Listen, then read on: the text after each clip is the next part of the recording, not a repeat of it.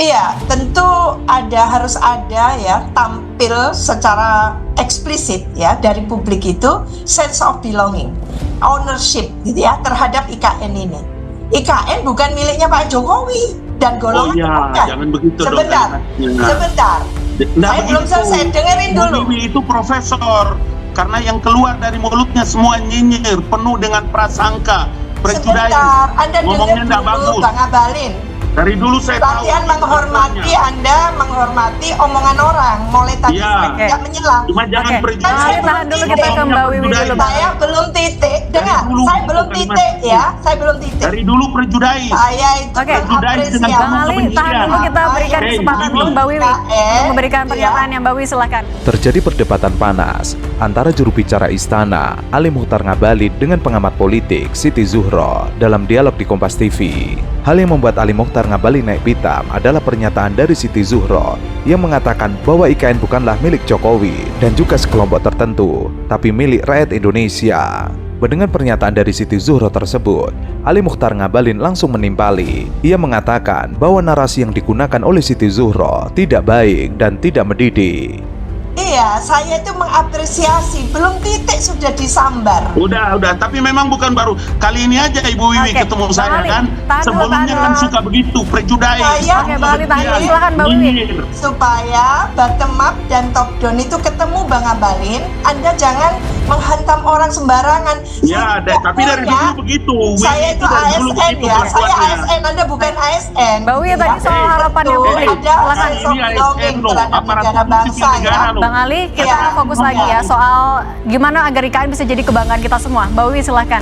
Tuh, poin yang saya buat belum dipahami, lalu menyambar-nyambar karena sudah ada prejudice. Saya menghormati Bang Abalin mulai tadi, gitu ya. Ia mengaku selama ini mengawasi Siti Zuhro. Ia kerap mengungkapkan narasi-narasi yang tidak baik di publik. Merasa waktu bicaranya dipotong oleh Ali Muchtar Ngabalin, Siti Zuhro protes. Ia meminta agar Ngabalin diam dan mendengarkan penjelasannya dahulu. Namun Ali Muchtar Ngabalin terus bicara. Ia seperti ingin memotong poin yang akan disampaikan oleh Siti Zuhro terkait IKN Nusantara. Jadi dari dulu, yang ingin saya katakan, diam dulu.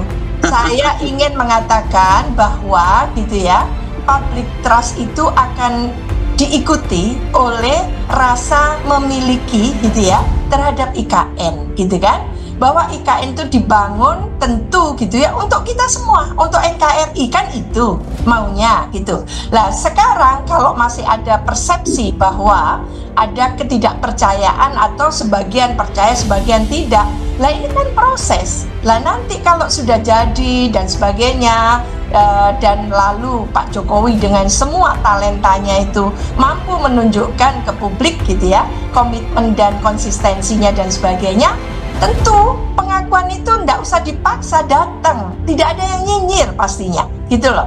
Tapi kalau kita memulai dulu bercuriga, saya nggak pernah curiga ke Bang Abalin. Sungguh, Bang Abalin ini dari komunitas kita, mengapa jadi marah-marah kan gitu? Bukan, begini Mbak Wiwi. Kalau tahu seperti begitu cara berpikirnya, Bang Ali, coba lihat semua jejak digitalnya Mbak Wiwi. Tapi kita juga menjawab soal kan kita masih berbicara untuk menjelang 17 Agustus Bang Ali. Supaya clear. Maksud saya begini. Kita ini kan orang-orang terpelajar, kita ini orang-orang yang punya moral ability yang tinggi, kita ini orang-orang punya akhlakul karimah, ya. Jadi maksud saya melihat perkara-perkara seperti IKN ini kan bukan Mbak Wiwi baru pertama ngomong kali ini. Saya merekam itu semua dan saya bermimpi satu saat akan berjumpa dengan Mbak Wiwi supaya dikasih tahu agar kerangka berpikirnya itu tahu juga.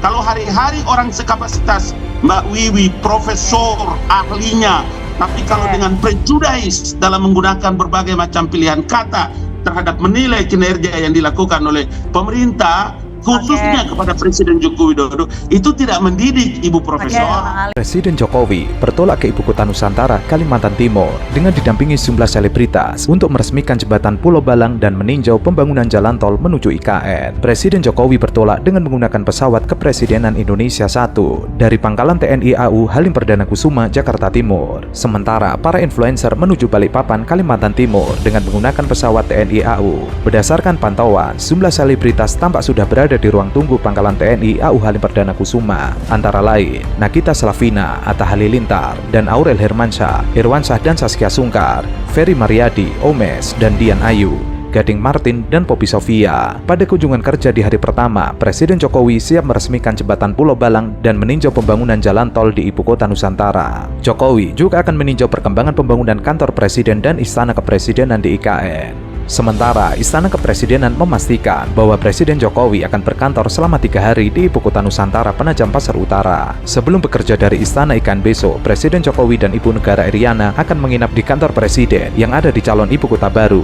Jokowi bertolak ke IKN pada Ahad dengan agenda untuk meninjau progres pembangunan jalan tol IKN. Jokowi juga akan meresmikan jembatan Pulau Balang di Provinsi Kalimantan Timur. Fasilitas publik ini akan menghubungkan Kota Balikpapan dengan Ibu Kota Nusantara yang berlokasi di Kabupaten Penajam Pasar Utara. Jokowi menyebut bahwa jembatan Pulau Balang dibangun sejak tahun 2015 dengan menghabiskan anggaran 1,43 triliun rupiah.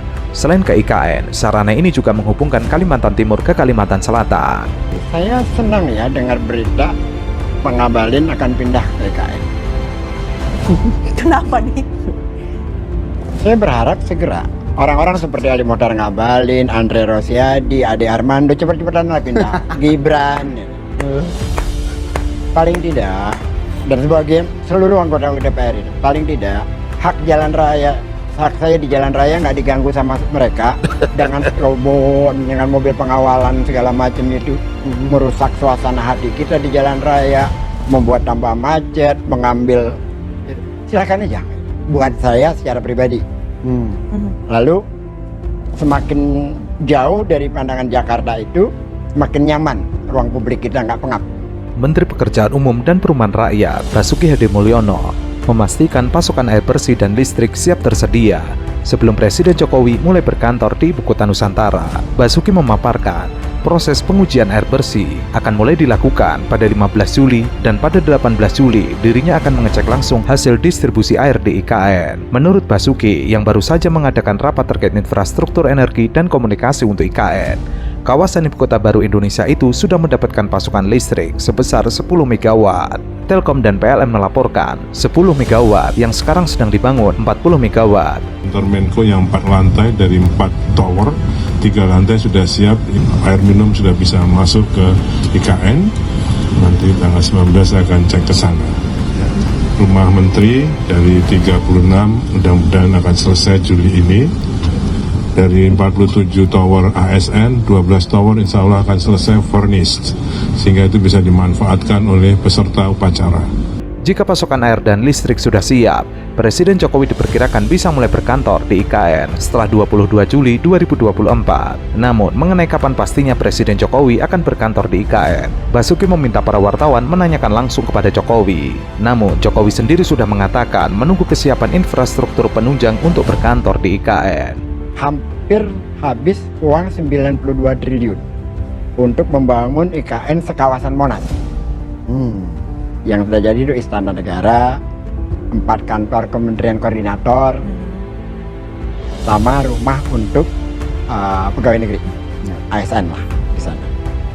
Lalu pertanyaan sederhananya muncul begini: Oktober Jokowi selesai, lalu Presiden baru Prabowo. Dia harus mau mengurus masa transisi dari Jakarta ke IKN, sementara dia membutuhkan kesuksesan untuk programnya berlangsung. Itu kan pertanyaan besar. Yang kedua, berapa anggaran IKN yang sesungguhnya? Kalau baru sekawasan Monas aja sudah sekian puluh triliun. Yang ketiga, yang jauh lebih mendasar, pembebasan lahan. Kan tadi Pak Basuki sendiri sudah bicara itu kan. Itu saja belum selesai. Terus bagaimana kita mau melakukan pembangunan kalau proses pembangunan pembebasan lahannya aja belum beres sampai hari ini. Jadi kalau Ali Mohtar Ngabalin, teman saya lama, teman berjuang zaman dulu. Zaman sekarang udah beda perjuangan ya? Beda tempat aja. Perjuangannya tetap sama, cuma beda tempat. Mengatakan akan segera pindah ke IKN, itu sepanjangnya ya? Ia mengaku sudah mendapatkan laporan dari Menteri PUPR tentang kesiapan infrastruktur di IKN, seperti air, listrik, hingga kantor presiden yang akan ditempati. Presiden menerima laporan bahwa infrastruktur tersebut belum siap untuk dimanfaatkan.